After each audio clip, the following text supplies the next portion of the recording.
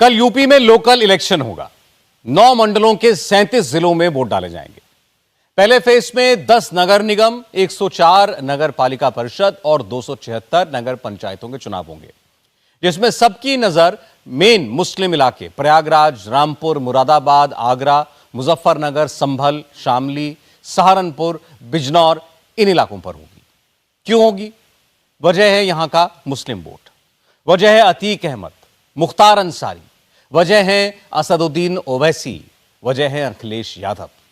एक सबसे बड़ी वजह है 23 में से एक ट्रायल रन जो यहां हो रहा है। यह ट्रायल है मुस्लिम वोट का। क्या मुसलमान वोट खिसका या अभी भी एकजुट है? क्या मुसलमान वोट लोकल इलेक्शन में भी योगी की तरफ जा रहा है या बिल्कुल अखिलेश यादव की तरफ हो जाएगा? ग्राउंड से मिल रहे इशारे कुछ अलग संकेत दे रहे हैं। योगी की लड़ाई किससे है? मुख्तार प्रेमी मुसलमान से है, अतीक प्रेमी मुसलमान से है, अखिलेश प्रेमी मुसलमान से है, मायावती प्रेमी मुसलमान से है या ओवैसी प्रेमी मुसलमान से है?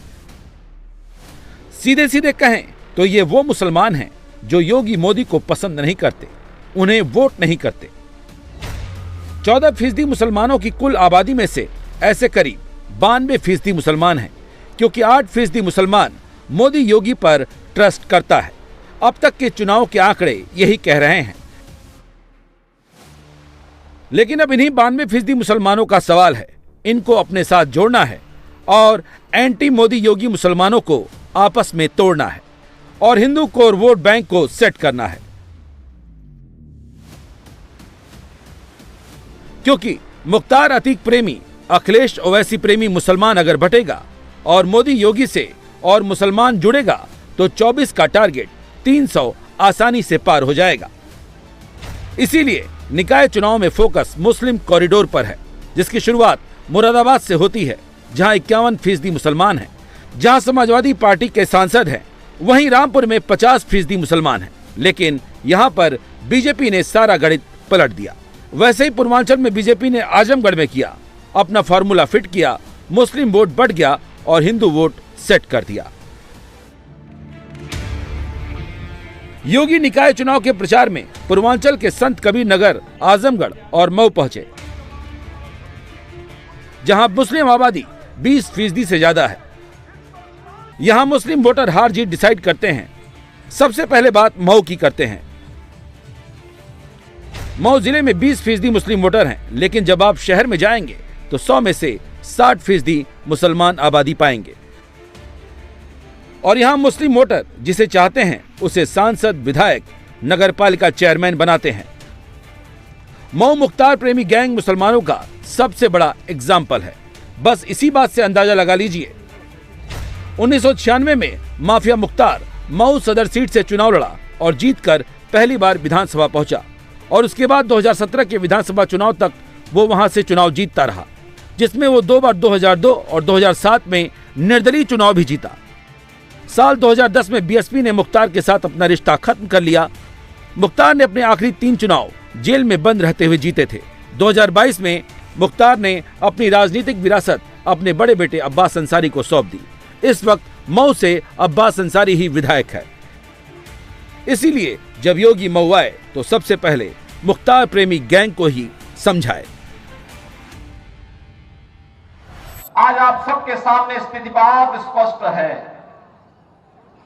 याद करिए, जो लोग पर्व और त्योहारों में उपद्रव पैदा करके यहां की कानून व्यवस्था को व्हीलचेयर में लाने का काम करते थे, आज वे स्वयं व्हीलचेयर में पड़े हुए हैं और सांस लेने के लिए तरस रहे हैं। ये वही जनपद है जहां रामलीला का आयोजन नहीं हो पाता था।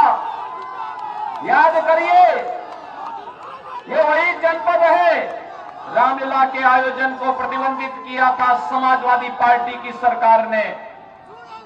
और ये वही जनपद है जहां बारी बारी से सपा और बसपा इन पेशेवर माफिया और अपराधियों को अपना सानिध्य में लेकर के इन्हें अराजकता पैदा करने की खुली छूट देते थे।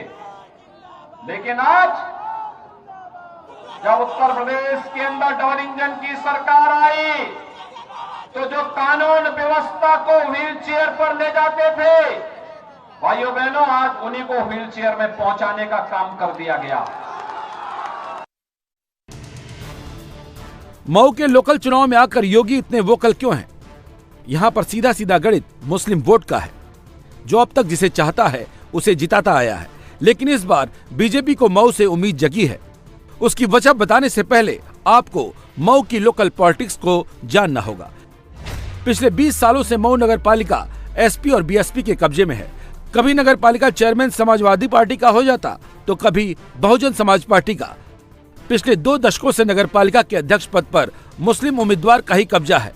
मौजूदा नगर पालिका अध्यक्ष तैयब पालकी ने 2006 में समाजवादी पार्टी से चुनाव जीता था और 2017 में बहुजन समाज पार्टी से चुनाव जीता, जबकि 2000 में समाजवादी पार्टी से अरशद जमाल ने चेयरमैन पद पर कब्जा जमाया था। वहीं 2012 में महिला सीट होने के कारण अरशद जमाल की पत्नी समाजवादी पार्टी से चेयरमैन बनी।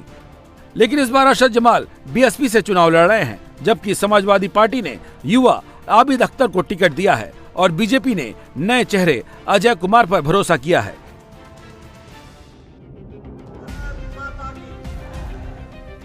लेकिन इस बार बीजेपी मऊ को लेकर उत्साहित है। एक तो मुस्लिम वोट बैंक बढ़ता दिख रहा है, दूसरी तरफ इस बार परिसीमन बदलने से चेयरमैन पद का मुकाबला भी कांटे का हो गया है। 2022 में नगर पालिका परिषद में 54 गांव को शामिल कर लिया गया। जो नगर पालिका पहले 46 वर्ग किलोमीटर में फैली हुई थी, वो अब 76.57 वर्ग किलोमीटर के आसपास की हो गई है। पिछले चुनाव के मुकाबले 52,000 वोटर बढ़े हैं, जिसकी वजह से हिंदू वोटर्स का रेशियो भी बढ़ा है।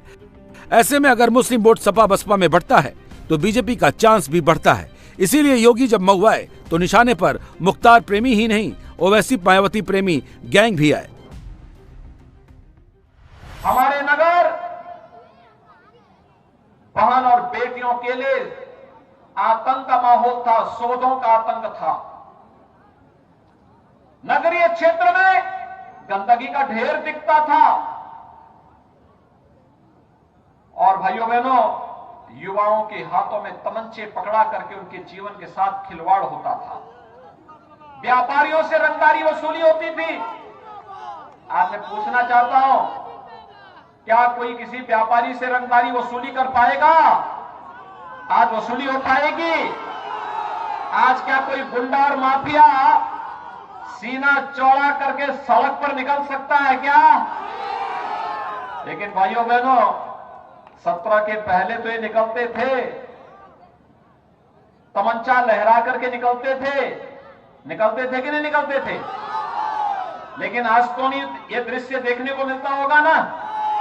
और यही कहने के लिए आए हैं भाइयों बहनों, आज हमारे शहर शोधों के आतंक नहीं बल्कि सेफ सिटी के रूप में जाने जा रहे हैं, सुरक्षित शहर के रूप में जाने जा रहे हैं।